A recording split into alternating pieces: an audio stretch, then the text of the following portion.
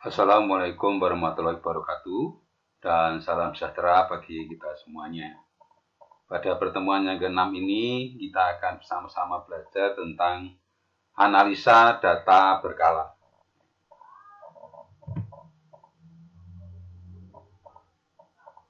Adapun pengertian dari analisa data berkala adalah data yang dikumpulkan dari waktu ke waktu untuk menggambarkan perkembangan suatu kegiatan, baik itu perkembangan produksi, kemudian harga, kemudian hasil penjualan, jumlah penduduk, kemudian jumlah kecelakaan, kemudian jumlah kejahatan, dan lain sebagainya.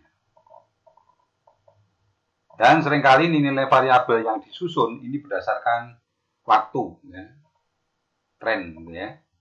Nah, kemudian seringkali data yang terdiri dari variabel ini adalah Y1, ya, yang merupakan serangkaian hasil observasi, ya, dan fungsi dari XI, ya, yang merupakan variabel waktu yang bergerak secara seragam dan ke arah yang sama dari waktu yang lampau ke waktu yang akan datang atau mendatang. Nah, berikut kaitannya dengan komponen data berkala, yaitu ada 4. Yang pertama adalah tren sekuler, ya, yaitu gerakan yang berjangka panjang, lamban seolah-olah alun ombak, dan berkecenderungan ini menuju ke satu arah, baik itu arahnya itu naik atau arahnya itu turun.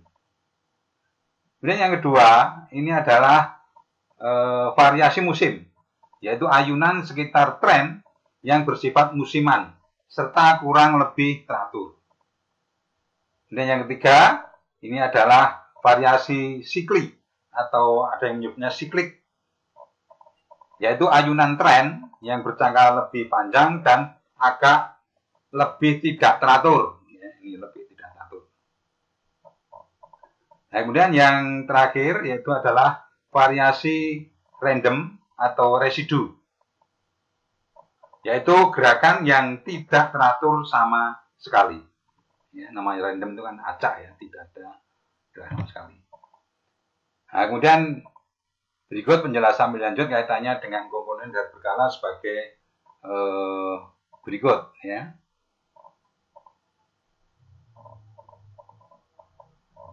Yang pertama, ini adalah gerakan tren jangka panjang atau tren sekuler, long term movement or secular trend, yaitu suatu gerakan atau garis kurva yang halus yang menunjukkan arah perkembangan secara umum, ya, arah menaik atau menurun. Tren sekuler umumnya meliputi gerakan yang lamanya itu sekitar 10 tahun atau lebih, ya. Nah, kemudian garis tren ini sangat berguna untuk membuat ramalan atau forecasting, ya. Jadi sangat berguna untuk kaitannya dengan kegiatan bisnis yang terkait dengan peramalan bisnis, ya, yang akan datang.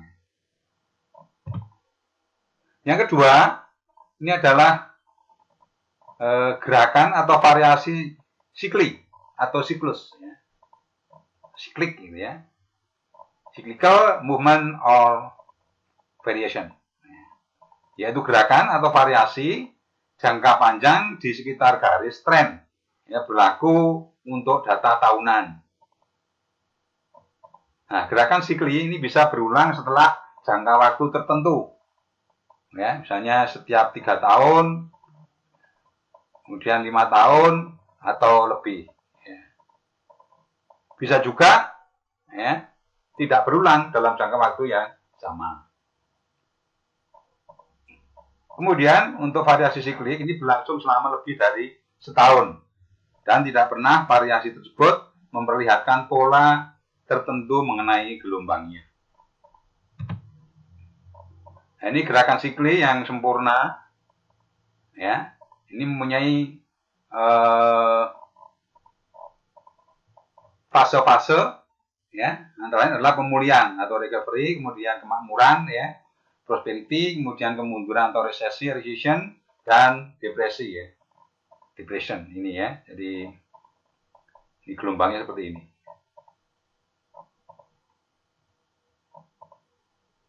Gerakan sempurna ya. Nah, kemudian yang ketiga ini adalah gerakan atau variasi musiman. Ya. Yaitu gerakan yang mempunyai pola tetap ya, atau berulang-ulang secara teratur selama kurang lebih setahun. Ya. Misalnya kondisi alam seperti iklim, hujan, sinar matahari, tingkat kelembapan, angin, tanah, dan lain. Ini merupakan penyebab terjadinya variasi musim dalam bidang produksi dan harga-harga barang agraria.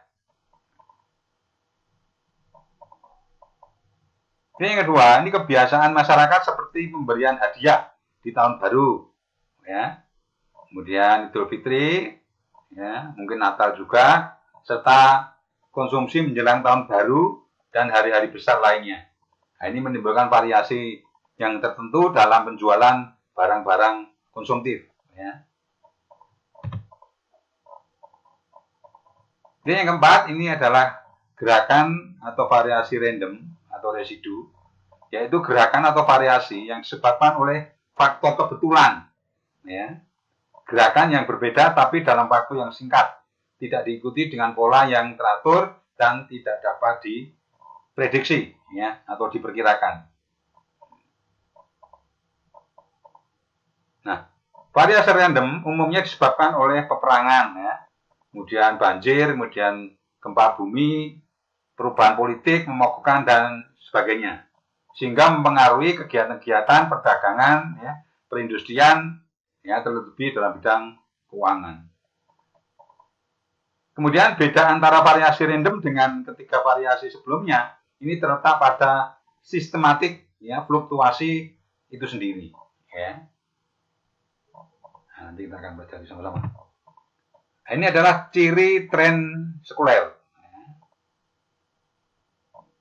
Pengertian tren ialah gerakan dalam deret berkala yang berjangka panjang, lamban, dan kecenderungan menuju ke satu arah menaik atau menurun. Dan umumnya meliputi gerakan yang lamanya 10 tahun lebih. Ya, ini. Kemudian tren ini digunakan dalam melakukan peramalan atau forecasting. Ya. Ini di dalam dunia bisnis peramalan ya. Yang bergerak di bidang trading dan sebagainya ini akan sangat-sangat dibutuhkan ya. Metode yang biasanya dipakai ini antara lain adalah metode semi average ya. Semi average dan metode least square ya. Metode least square. Baik, kita dalami dulu untuk metode semi average ya. Nah, prosedur pencarian nilai tren sebagai berikut. Ya, yang pertama, itu kelompokkan data menjadi dua kelompok dengan jumlah tahun dan jumlah deret berkala yang sama. Ya, bagi dua. Kemudian hitung semi total tiap kelompok dengan jalan menjumlahkan nilai deret berkala tiap kelompok. Jadi setelah bagi, kita jumlahkan tiap kelompok.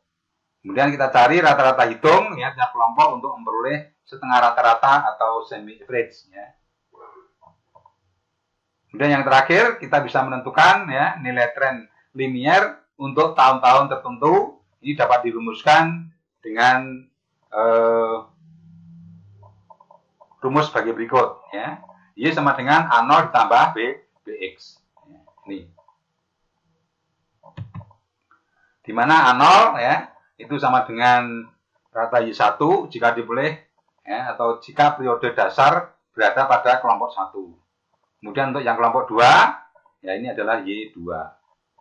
Dan B ini diperoleh dengan pengurangan dari Y2 dikurangi dengan Y1 dibagi dengan N. Ya, saya kira mudah ya. Nah, ini contohnya ya kaitannya dengan kasus jumlah data genap dan komponen kelompok genap. Ya. Jadi ini kalau kita hitung 1, 2, 3, 4, 5, 6, 7, 8 ya, 8 genap ya, dan kelompok genap.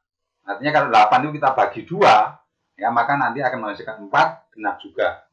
Ya, maka jumlah data genap dan komponen kelompok genap. Nah, nanti kita akan tentukan dengan semi total, kemudian semi average dan rumus ya, tren yang nanti kita gunakan untuk melakukan peramalan gitu ya. Nah, ini setelah kita hitung di sini ya, maka kita bagi dua kelompok di sini. Ya, ini kita jumlahkan ya, ini kemudian ini kita jumlahkan juga ya, hasilnya ini. Kemudian sesuai dengan algoritmanya tadi itu ya, untuk urutan pengerjaannya kemudian kita bagi dengan 4 ya, karena datanya 4 sehingga diperoleh 23 dan 45. Kita memperoleh untuk semi total 92 dan 180, kemudian semi average 23 dan 45. Nah, nanti kita bagaimana menentukan rumus trennya gitu ya. Nah, kita ketahui tadi itu nilai untuk semi average sebesar A0 tadi itu ada 23, merupakan nilai tren periode dasar 1 Januari 2003 atau 31 Desember 2002. Kemudian yang berikutnya ya, kita peroleh nilai semi average sebesar 45. Ini merupakan nilai tren periode dasar 1 Januari 2007 atau 1 Desember 2006. Ya, kita lihat di sini. Jadi pertengahan di antara kelompok itu ya. Akhir maupun awal ya, akhir 2002, awal 2003. Ya. Demikian juga kelompok 2 ya. Nah, kita akan peroleh ya di sini untuk kaitannya dengan apa? Nilai B-nya di sini ya. Ya, 45 dikurangi 23 dibagi 4 adalah 5,5. Jadi persamaan trennya ya, ini ada 2, yaitu persamaan tren ya dengan tahun dasar itu 2003 itu adalah 23 ditambah 5,5X. Nah, kemudian untuk persamaan tren dengan tahun dasar 2007 ya, ini sama dengan 45 ditambah 5,5X. Nah, ini persamaan tren yang kita gunakan untuk mengisi kolom yang masih kosong tadi. Nah, sekarang misalnya kita mau ngisi katanya dengan berapakah persediaan awal untuk 2008 jika diketahui tahun dasar 2007. Kemudian berapakah persediaan awal tahun 2001 jika diketahui tahun dasar 2007. Jadi mengenai tahun dasar yang diketahui ini nanti hasilnya akan sama. Ya. Tahun dasar yang kita gunakan untuk yang 2007 maupun 2003 nanti hasilnya akan sama. Setelah kita masukkan aja di sini, ya kan? Kita masukkan, ya. Yang perhatikan untuk jaraknya 2007, ya, awal 2008, ya, ini adalah X-nya 1, ya. Nah, sehingga sini kita masukkan nilainya 1, sehingga hasilnya adalah 50,5. Ini yang kedua, ini maaf ya, ini angka 2 ya, keliru. Angka 2 ini ya. Nah, jarak awal tahun 2007 ke awal tahun 2001 ya. Ya, karena mundur ini adalah 6, min 6. Maka kita masukkan di sini ya. Untuk X-nya min 6, maka hasilnya adalah 12. Dan kalau kita kerjakan semua, kalau misalnya kita mengacu tahun dasar 2007 ya.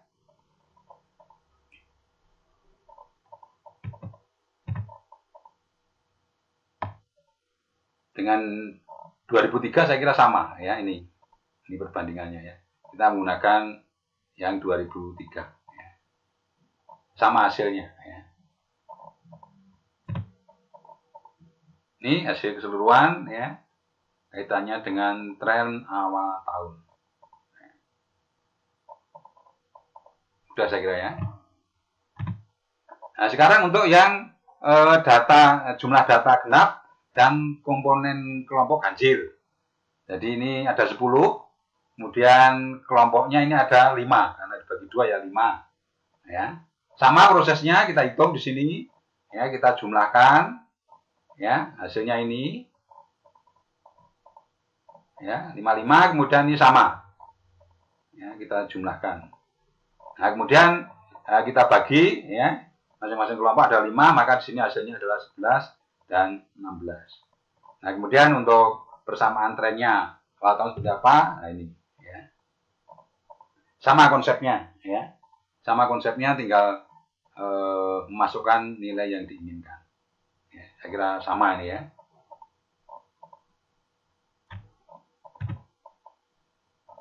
Nah, ini jadi saya kira sama konsep perhitungannya. Nah, ini hasilnya.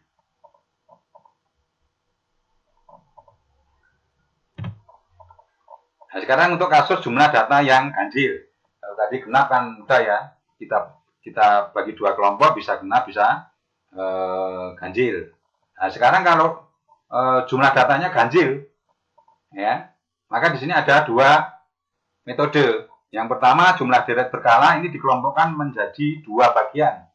Ya, 2 bagian ya, yang sama dengan cara memasukkan periode tahun ya, serta nilai deret berkala tertengah yang ada di tengah ke dalam tiap kelompok.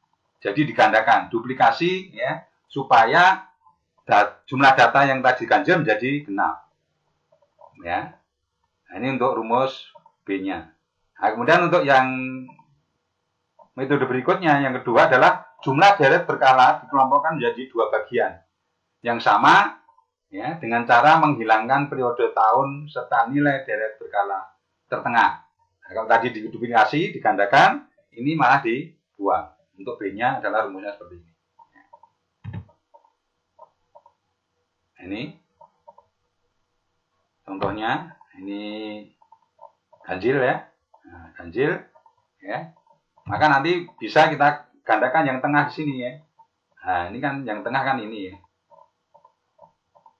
Nah, maka nanti ini bisa kita gandakan untuk cara yang pertama. Nah, ini. Maka nanti kita bagi menjadi 2 menjadi genap ya, 4. Prosesnya sama ya untuk perhitungannya. Kemudian bisa juga kita hilangkan yang tengah tadi itu.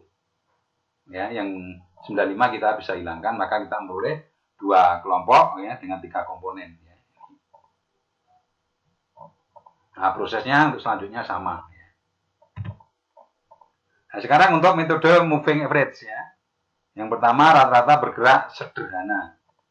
Metode yang sering digunakan untuk meratakan deret berkala yang bergelombang adalah metode rata-rata bergerak. Metode ini dibedakan atas dasar jumlah tahun yang digunakan untuk mencari rata-ratanya. Jika digunakan 3 tahun sebagai dasar pencarian rata-rata bergerak, teknik tersebut dinamakan rata-rata bergerak per 3 tahun. Ini prosedur menghitung rata-rata bergerak sederhana per 3 tahun. Ya. Yang pertama, itu adalah jumlahkan data selama 3 tahun berturut-turut. Ya, kemudian hasilnya diletakkan di tengah-tengah tahun tersebut. Kemudian yang kedua, ini bagilah dengan sebanyaknya tahun tersebut, yaitu 3, untuk mencari nilai rata-rata hitungnya. Kemudian yang ketiga, jumlahkan data berikutnya selama 3 tahun berturut-turut dengan meninggalkan tahun yang pertama. Tahun pertama ditinggalkan. Ya. Hasilnya diletakkan di tengah-tengah tahun tersebut.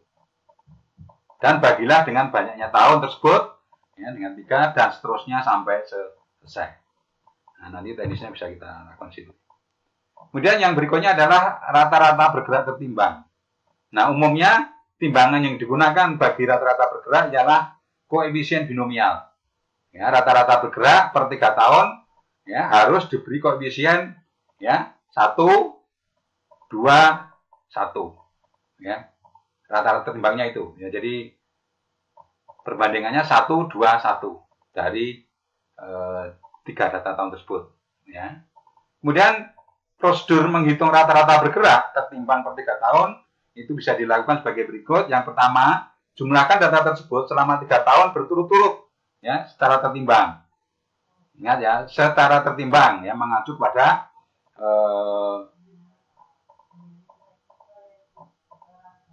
timbangan yang sudah diberikan, yaitu 121.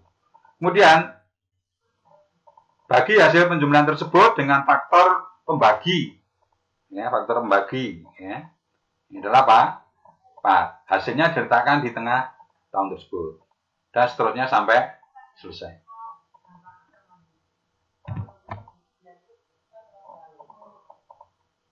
Ini contohnya ya, kaitannya dengan ini tadi timbang ya. Jadi ini yang pertama kosong, kemudian yang kedua kosong, kemudian ini tinggal menghitung ya, kaitannya dengan timbang tadi itu. Ya, saya kira tidak terlalu susah ya. Nah, ini proses menghitungnya. Yang berikutnya adalah metode last square ya. Metode ini paling sering digunakan untuk meramalkan Y karena perhitungannya lebih teliti. Ya, persamaan garis tren yang akan dicari ialah ini. Y-aksen rumusnya ini, kemudian A rumusnya ini, kemudian untuk B adalah rumusnya ini.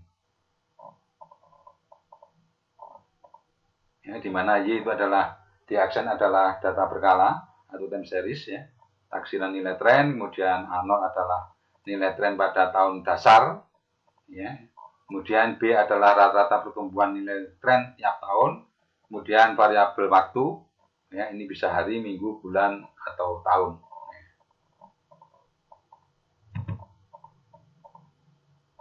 Nah, untuk melakukan perhitungan, maka diperlukan nilai tertentu pada variabel waktu, yaitu X, ya, simbolnya X. Ini. Nah, sehingga jumlah nilai variabel waktu adalah 0. Jadi nanti untuk variabel waktunya kalau jumlahkan harus 0 ya. Sigma X sama dengan 0. Nah, untuk nanti N ganjil itu adalah N sama dengan 2/1 ya. Di mana jarak antara dua waktu diberi nilai 1 satuan. Kemudian di atas 0 diberi tanda negatif. Di bawahnya diberi tanda positif. Ya, saya kira jelas ini ya. Ini 1 satuan ya. Kaitannya dengan antara dua waktu ya. Kemudian untuk yang genap ini adalah N-nya 2K, maka di sini jarak antar dua waktu diberi nilai 2 satuan. Ini sama, kemudian kalau yang di atas 0 diberi negatif, kemudian kalau di bawah diberi positif nilainya. Nah, ini contohnya ya. Misalnya kita punya data ini.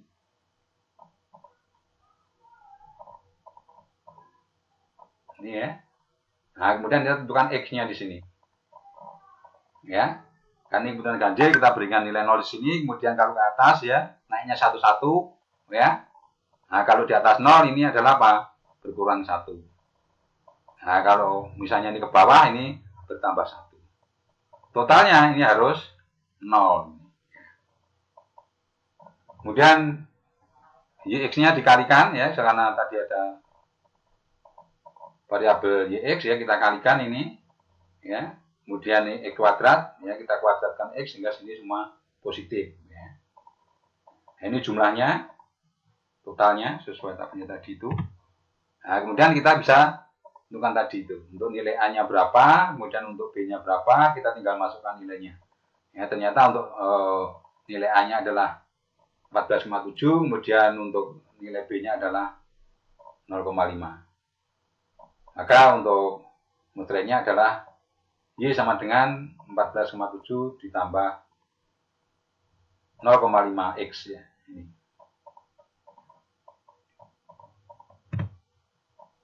Nah, ini yang genap ya. Jadi kalau genap nanti untuk X-nya seperti ini. Saya kira tidak terlalu susah ya. Penentuan X-nya ini ya. Yang penting nanti ini apa? Sigma X-nya adalah 0. Ingat di dalam penambahan ya, artinya ini 2 ya, jadi Anda perhatikan ini jaraknya 2 semua ya. Makanya tidak dimulai dengan 0 karena ini genap ya, ini 1 dan 1. Saya kira konsepnya sama ya dengan yang ganjil tadi, cuman pemberian nilai X-nya yang berbeda. Nah, sehingga diperoleh ya A-nya sekian ya, kemudian untuk B-nya sekian, sehingga untuk rumus Y-nya ini adalah 14,3 ditambah 0,17x. Nah, kalau nanti mau mengerjakan dengan Excel silahkan. Ya, kalau 2003 saya kira sudah jarang digunakan ya. Nah, nanti mungkin bisa menggunakan 2007 atau 2010. Ini pun juga mungkin sudah jarang digunakan ya. Nah, nanti silahkan dicoba karena ini hanya fasilitas ya, analisis di dalam Excel yang nanti bisa Anda kerjakan untuk membandingkan kaitannya dengan hasil perhitungan secara manual. Ya, ini penting untuk kaitannya dengan pencocokan hasil perhitungan secara manual yang kita lakukan. Ya. Karena untuk yang analisis itu sudah menggunakan alat yang bisa dipertanggungjawabkan, ya, sehingga bisa digunakan sebagai pembanding untuk mengecek hasil perhitungan kita. Ya, apakah sudah sama atau belum. Nah, ini kalau misalnya nanti menggunakan fasilitas analisis ya dalam Excel, ya silakan nanti dicoba ya. Mahasiswa harus banyak ingin tahu kaitannya dengan setiap hal yang belum diketahui ya. Jadi rasa ingin tahu sebagai seorang mahasiswa ini harus tinggi supaya memperoleh hal-hal yang sifatnya positif untuk meningkatkan kualitas ataupun kapabilitas daripada setiap mahasiswa. Ya, silakan nanti coba ini ya. Proyeksi tren ini silakan nanti juga bisa dicoba. Ya. Silakan bisa menggunakan Excel berapa silakan. Ya. Kalau sudah dapat petunjuknya, saya kira tidak terlalu susah. Ya. Ini untuk peramalannya, silakan nanti dicoba. Ya. Baik, saya kira cukup sekian. Seperti biasanya nanti akan ada soal latihan, kemudian juga ada tugas yang harus dikerjakan sesuai waktu yang diberikan. Saya kira demikian, ada kurang lebihnya mohon maaf. Selamat belajar mandiri, kiranya semuanya sukses dan sehat selalu. Amin.